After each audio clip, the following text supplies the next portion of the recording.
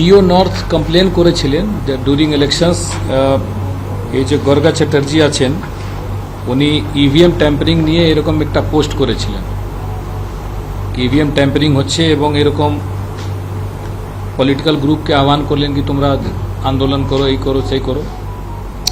তো এটা নিয়ে চারদিকে একটা রিউমার মঙ্গরিং হলো, এর উপরে একটা কেস করা হলো।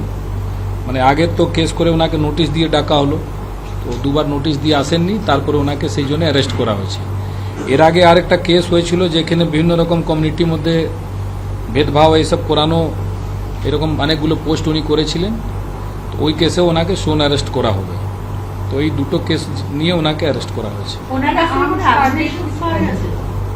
না, ওনার কাছে কোনো অ্যামিউনিশন পাওয়া যায়নি। ওনার সঙ্গে একটা পুলিশের সিকিউরিটি ছিল সঙ্গে, তো ও আছে। তো এমনি ওর তো কিছু নেই, ওকে আমরা পরে যেখান থেকে এসছে ওখানে ছেড়ে দেওয়া হবে। কলকাতা পুলিশ না, বারুইপুর পুলিশ ডিস্ট্রিক্ট। না, डायमंड हार्बर पुलिस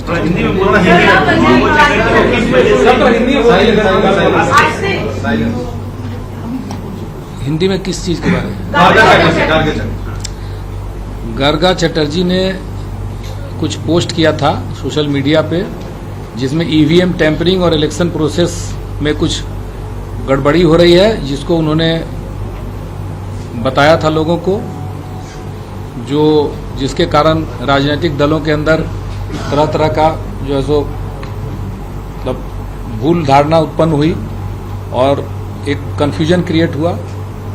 तो इसके विरुद्ध में जो डीओ हैं उन्होंने एक कंप्लेन दिया था, जिसके आधार पर केस हुआ और उसी केस के आधार पर उनको 2 बार नोटिस दिया गया था, लेकिन वो हाजिर नहीं हुए। तो उनके बाद उनको अरेस्ट किया गया है। कहां से अरेस्ट किया गया और ये मामला था?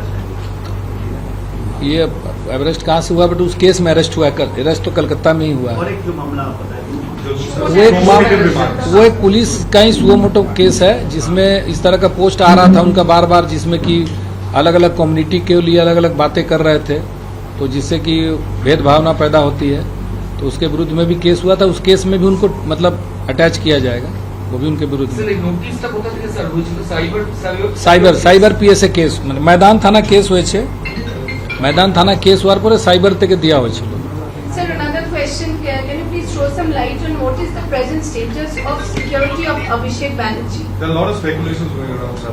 Directorate of Security is the authority who decides about the categorization of VIP protectees and all MP and senior officers, senior public figures. So you may ask them that what is the current status of his security categorization, ওনাকে জিজ্ঞাসা করলে ভালো হয়। আমাদের video ভালো লাগলে like এবং share করুন, কমেন্ট সেকশনে গিয়ে জানান আপনাদের মতামত। আরও ভিডিও পেতে আমাদের চ্যানেল সাবস্ক্রাইব করুন এবং প্রতি মুহূর্তে খবরের আপডেট পেতে প্রেস করুন বেল আইকন।